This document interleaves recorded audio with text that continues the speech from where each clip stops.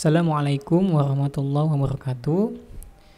Kita akan melanjutkan pertemuan kita di mata kuliah data mining yang akan melanjutkan topik pembahasan tentang evaluasi model ya. Yang saat ini kita akan lanjutkan ke teknik regresi ya.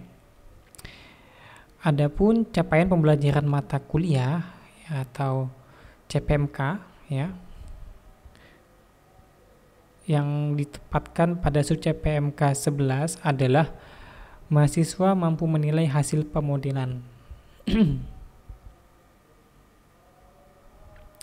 Dan materi pembelajaran pada bagian sub CPMK ini adalah tentang bagaimana mengevaluasi hasil pemodelan untuk bisa memastikan model yang dibangun memberikan performa yang baik. Dan adapun indikator kemampuan di sub CPMK 11 ini, yang pertama teman-teman akan sudah mampu menentukan metrik evaluasi, melakukan evaluasi model, analisis hasil evaluasi, dan juga dokumentasi hasil. Ya, kita mulai dengan framework data mining ya. Kita tahu bahwa saat ini sedang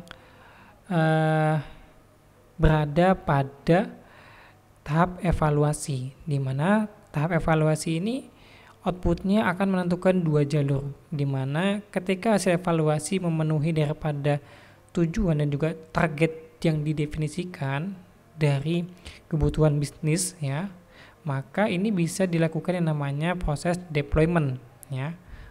Nah, namun jika pada hasil evaluasi menunjukkan kondisi ataupun performa yang kurang baik atau tidak sesuai dengan tujuan bisnis, maka jalurnya bisa kembali lagi ke bagian business understanding atau ke bagian pertama pada framework KRIPS-DM ya.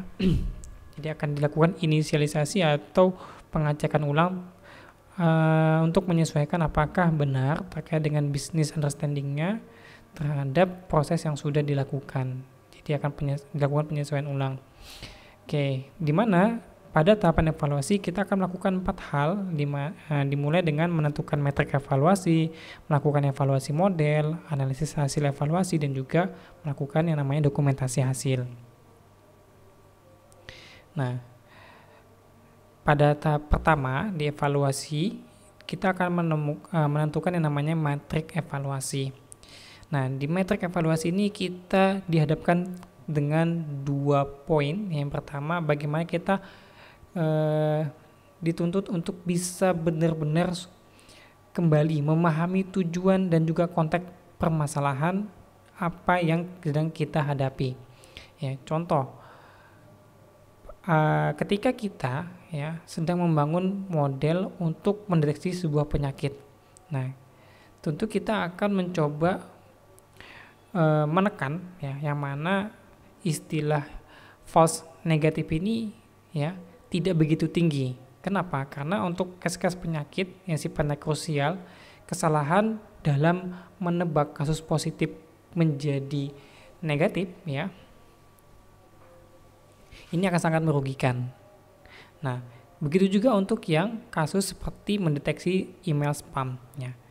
Ketika email yang tidak spam dinyatakan sebagai spam ya, ini juga akan sangat mengganggu ya. Jadi kita harus benar-benar memang memahami konteks dan juga tujuan apa yang kita ingin capai di sini ya.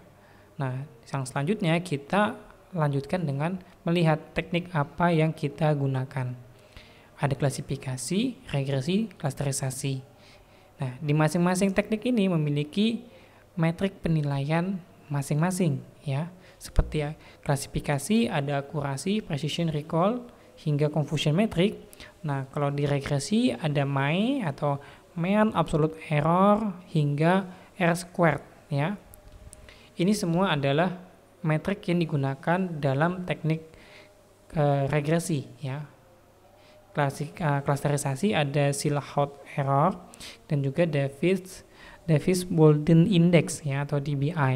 Ya, jadi masing-masing teknik ini memiliki metrik penilaiannya masing-masing ya. Jadi kita harus tahu teknik apa yang kita gunakan. Nah, sebagai contoh, ketika kita menggunakan suatu model linear regression ya atau linear regresi, kita memiliki beberapa metrik nih di sini.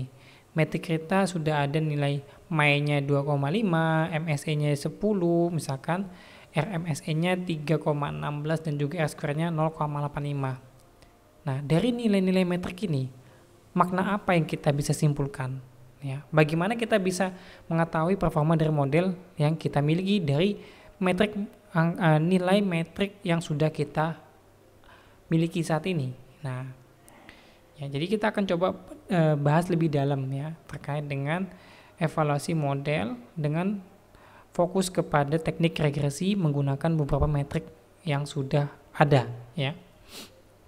Jadi kita akan bahas satu persatu dulu metrik evaluasinya untuk di teknik regresi, dimulai dengan mean absolute error atau MAE ya. Jadi MAE ini sebenarnya mengukur rata-rata selisih absolut ya. Absolut ini menyatakan tidak adanya bilangan negatif ya ataupun positif, jadi nanti akan dijadikan bilangan absolut gitu ya. Di mana rata-rata selisih absolut ini antara nilai yang diprediksi oleh model dengan nilai aktual. Dan perlu kita ketahui bahwa nilai MAE ya, yang dihasilkan dari suatu model regresi ini tidak dipengaruhi tentang adanya keberadaan daripada outlier ya. Kalau kita lihat formulanya, di sana ada MAE ya dengan beberapa nilai atribut, nilai aktual, nilai prediksi dan juga jumlah data. Nah, adapun representasi nilai MAE ya, ketika nilai MAE-nya semakin mendekati 0 ya, ini menyatakan tebakan daripada model prediksi ini semakin mendekati tepat ataupun mendekati aktualnya ya. Jadi semakin kecil atau mendekati 0 ini performa modelnya semakin bagus. Ya. Di sini coba kita ingin membahas sedikit lebih dalam terkait dengan nilai absolut ya, biar teman-teman semua juga tahu apa yang dimaksud dengan angka absolut ya.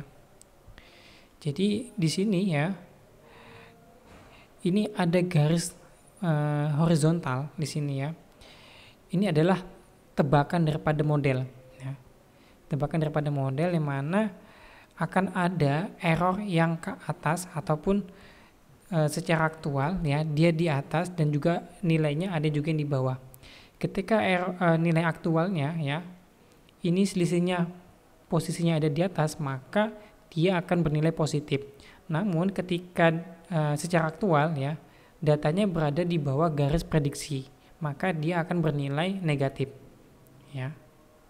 Nah, kalau nilai-nilai ini tetap dibiarkan positif tetap positif ataupun negatif tetap negatif, maka ini akan saling membatalkan ya. Contoh misalkan kalau sudah lebih 10 ya, di sini 10 nanti dikurang, di sini ada negatif 10, maka dia akan menghasilkan 0 ya. Namun dengan penggunaan absolut nilai, maka kedua nilai ya, selisih tadi bisa menjadi tidak terbatalkan satu dengan lainnya ya. Jadi ketika ada 10 nanti akan dijumlahkan dengan selisih error dari prediksi yang lain, dia tidak akan menjadi 0 ya. Jadinya adalah 10 ya. Nah, nanti yang absolut ini akan menghilangkan nilai negatifnya. Ya, jadi 10 ditambah 10 ya. Kalau di Orange Data Mining ya, untuk prediksi daripada modelnya kita bisa lihat dengan visualisasi seperti ini ya. Jadi ini adalah nilai tebakan daripada model. Nah, dan di sini kita bisa melihat nih errornya apakah negatif ya. Di sini ada yang negatif apakah positif ya. Besarannya kita bisa lihat 0,3 dan seterusnya. Nah, di sini yang dikatakan tadi, nah nilai-nilai error inilah yang akan diterapkan absolute value ya. Dia akan dihilangkan nilai positif. Jadi ketika dijumlahkan dia akan mendapatkan nilai tertentu ya, tidak saling membatalkan seperti ilustrasi di bagian kiri ini tadi ya. Oke, itu tadi untuk yang absolut, nilai absolut. Nah, selanjutnya kita masuk ke mean square error, ya, atau MSE. Jadi MSE ini adalah menghitung rata-rata kuadrat selisih, ya. Jadi dipangkatkan antara nilai aktual dan juga prediksi. Nah, namun kita perlu catat bahwa nilai MSE ini akan tergantung dengan keberadaan outlier. Ya, jadi keberadaan outlier yang akan nanti dipangkatkan ini, ya, ini akan sangat mempengaruhi nih, ya. Ketika nilai selisihnya untuk suatu outlier itu besar, maka nanti jumlah MSE-nya juga akan semakin besar, gitu, ya. Tapi kalau MSE-nya kecil, tapi kalau outliernya itu jarak selisih prediksi dengan aktualnya kecil, maka dia tidak begitu mengganggu, ya. Berbeda dengan ketika nilai outliernya besar, ya, dan dia selisihnya dikuadratkan, maka itu akan sangat mengganggu. Makanya di sini dikatakan MSE ini sangat tergantung dengan keberadaan outlier, ya. Semakin besar jarak selisih antara prediksi dengan aktual untuk data outlier ini akan sangat menentukan nilai MSE besar kecilnya seperti apa, ya. Makanya di sini MSE, ya, intinya ketika nilainya semakin mendekati 0, ini akan semakin bagus, ya, untuk si model. Namun perlu diingat, ya, karena tadi MSE ini sangat dipengaruhi outlier, maka secara sangat mungkin untuk nilai MSE ini nilainya akan jauh lebih besar ketimbang MAE, ya. Karena MAE itu adalah nilai errornya, ya. Kemudian MSE ini mengkuadratkan, ya. Nah, semakin MSE mendekati 0 semakin bagus, ya. Nah, kemudian kita lihat ada yang namanya root mean square error atau RMSE, ya. Jadi RMSE ini adalah akar kuadrat daripada MSE, ya. Dan ini juga sangat tergantung dengan keberadaan outlier, ya. Sama sifatnya seperti MSE. Dan secara interpretasi ketika RMSE-nya bernilai 0 atau mendekati 0, ini akan menjadi semakin baik untuk si model.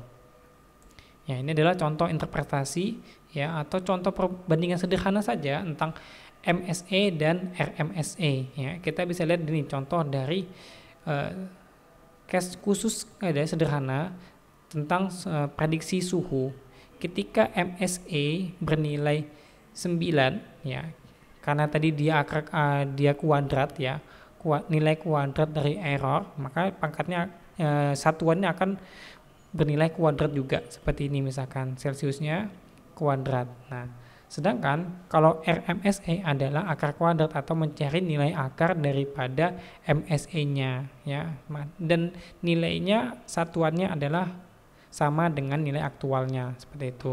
Ya, jadi kita bisa lihat secara sederhana MSE ini adalah nilai kuadrat dan RMSE ini adalah akar kuadratnya.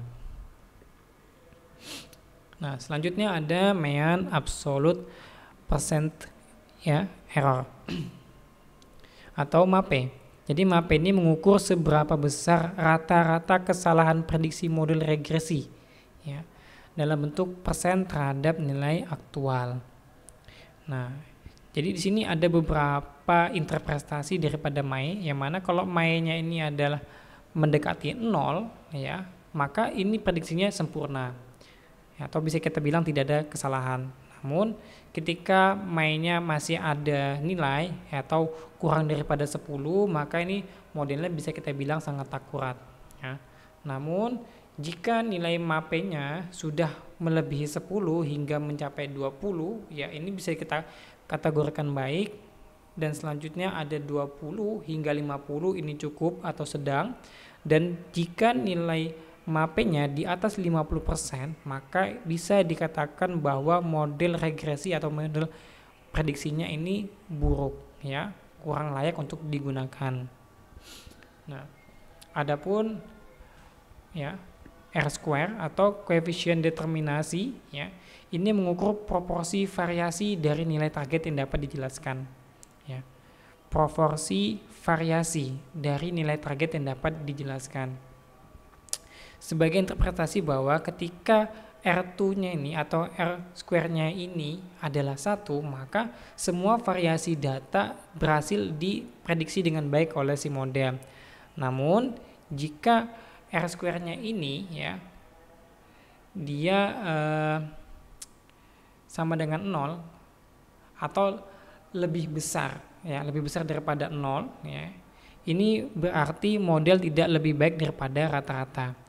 Nah, kalau nilai R square-nya ini adalah kurang dari 0 ya, maka modelnya ini sangat buruk atau lebih buruk dari sekedar menebak rata-rata. Ya, jadi idealnya adalah nilainya itu di atas 0 hingga mendekati 1 untuk suatu model prediksi ya regresi yang baik. Nah, untuk flow yang kita gunakan secara sederhana di tools Orange Data Mining adalah seperti ini ya. Ya, ini adalah model regresinya yang kita gunakan. Kemudian kita gunakan prediction atau untuk di bagian proses testing, dan trainingnya kita bisa coba bedakan antara metode train on data ataupun dengan metode cross validation ya. Oke. Jadi teman-teman nanti bisa dicek ya bahwa flow-nya untuk regresi setidaknya kita menggunakan alur seperti ini ya. Nah, kita akan coba evaluasi nih ya. Jadi di sini ya, ini pada saat training ya, kita lihat bahwa dari kedua proses training ya, perbedaannya tidak begitu mencolok ya, cukup masih dekat ya antara train on data ya, yang dia hanya menggunakan basis daripada data training, berbeda dengan yang cross validation yang dia mengkombinasikan ya berdasarkan batch daripada fault yang kita tentukan ya. Di sini kita menggunakan faultnya adalah 10 ya. Nah, kemudian untuk yang di testing atau prediction ya. Nah, MSE-nya ya, mean square error-nya sebesar 0,624 ya, hingga R2-nya sebesar 0,56. Nah, kita akan coba ulas untuk yang hasil analisisnya ya. Nah, tadi ini nilai-nilainya coba kita tuangkan bahwa tadi nilai mainnya sebesar 0,59 atau dia lebih daripada 0 ya, belum begitu mendekati angka 0.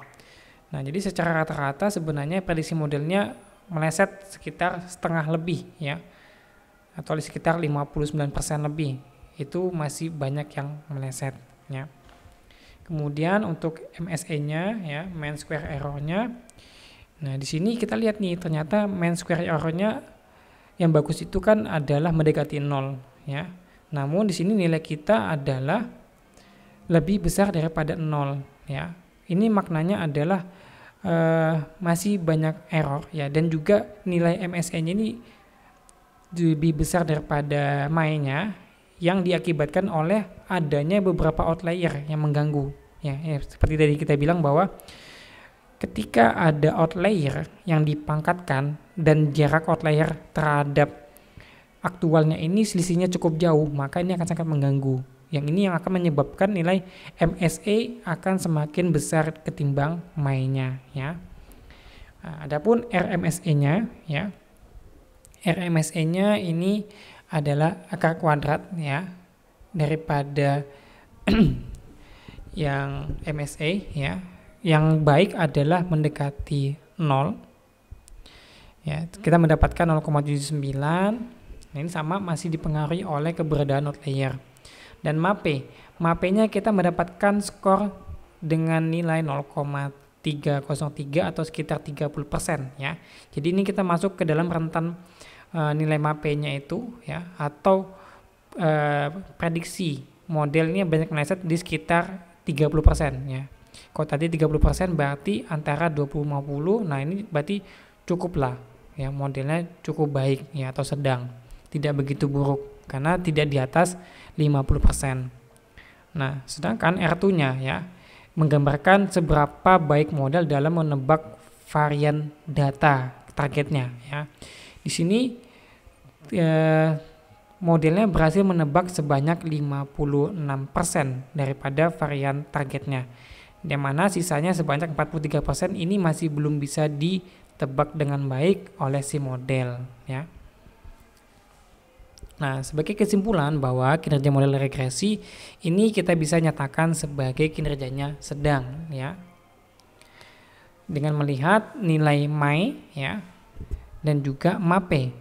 Acuannya mengarah kepada metrik MAE dan juga MAPE, di mana MAE-nya tadi kita lihat dia rata-ratanya ya, absolutnya ada di sekitar 59 ya.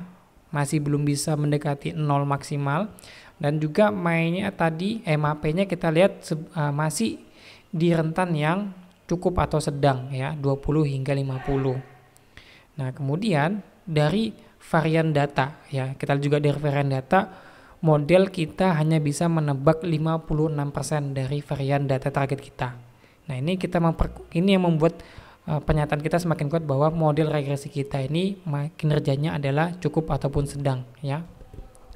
Ya, mungkin itu untuk materi di evaluasi model untuk yang di bagian teknik regresi. Jadi nanti coba teman-teman evaluasi lagi bagaimana hasil model yang sudah teman-teman bangun ya. Baik, saya rasa sampai di sini dan akan saya akhiri. Akhir kata, wassalamualaikum warahmatullahi wabarakatuh.